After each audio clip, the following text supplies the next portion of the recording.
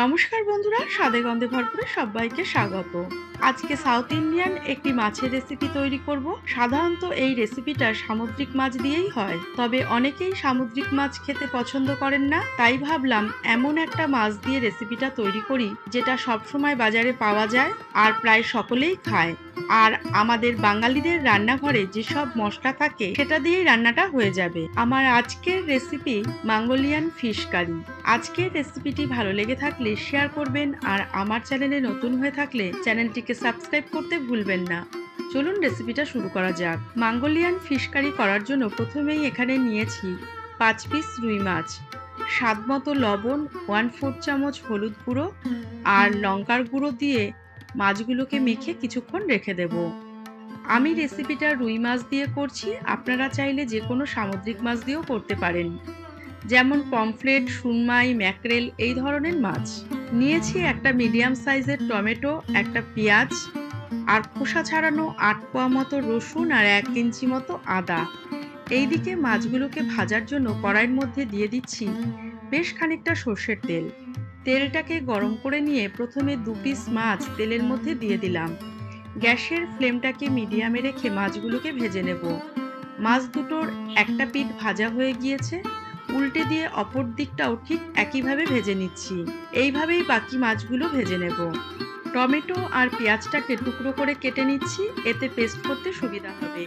এবার এই সব কিছু মিক্সির জারের মধ্যে নিয়ে নিচ্ছি, আর নিচ্ছি ঠিক এতটুকু পরিমাণে শুকনো তেঁতুল।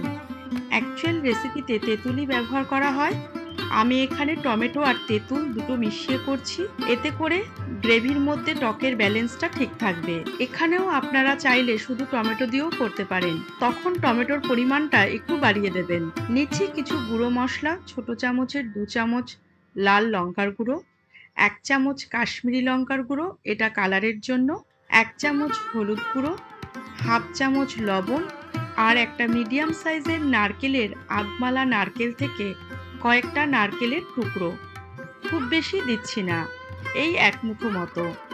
চাইলে এখানে নারকেল কোড়াও নেওয়া যেতে পারে, সেই ক্ষেত্রে বড় চামচের 3 চামচ মতো নেবেন। একটা ছোট ফ্রাই প্যান নিয়েছি, তার মধ্যে নিয়ে নিচ্ছি কিছু গোটা মশলা। ছোট চামচের 1 চামচ ধনে, হাফ চামচ জিরে, 1/4 চামচ মেথি দানা, হাফ চামচ কালো সর্ষে। এবার প্যানটাকে গ্যাসের ওপর বসিয়ে দিচ্ছি 1 মুঠো মতো কারি পাতা।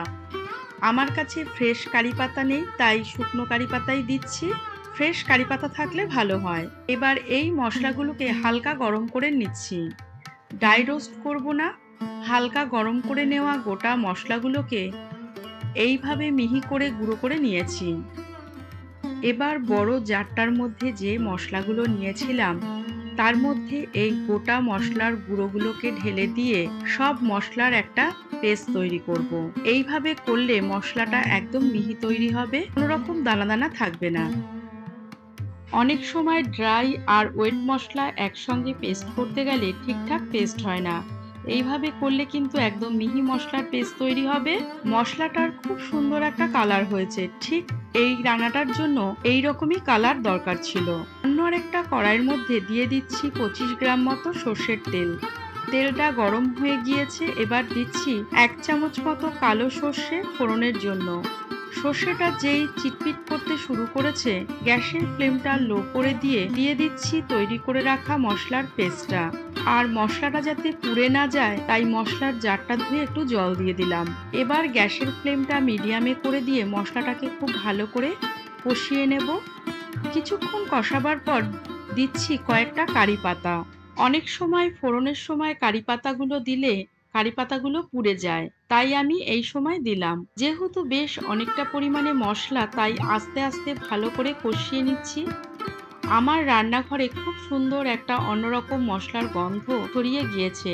ঠিক বাঙালি রান্নায় আমরা যেসব মশলা ব্যবহার করি সেই মশলা দিয়েই রান্নাটা হচ্ছে, কিন্তু গন্ধটা আর স্বাদটা একদম আলাদা, কারণ আমি আগেও অনেকবার খেয়েছি। মশলাটা কষে গিয়ে যেই তেল ছাড়তে শুরু করেছে, এবার দিয়ে দিচ্ছি প্রয়োজন মতো গরম জল।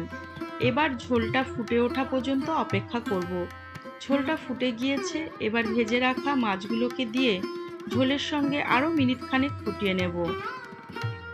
এই রান্নাটাতে কিন্তু খুব বেশি ঝোল থাকবে না, আশা করি আমার আজকের রেসিপি মঙ্গোলিয়ান ফিশ কারি আপনাদের ভালোই লেগেছে। আপনাদের কাছে অনুরোধ রইল, একদিন রুই বা কাতলা মাছ দিয়ে এই রান্নাটা করে বাড়ির সকলকে খাওয়ান, সবাই আপনার প্রশংসা করবেই। আবারও ফিরে আসবো এইরকম অন্য কোনো রেসিপি নিয়ে।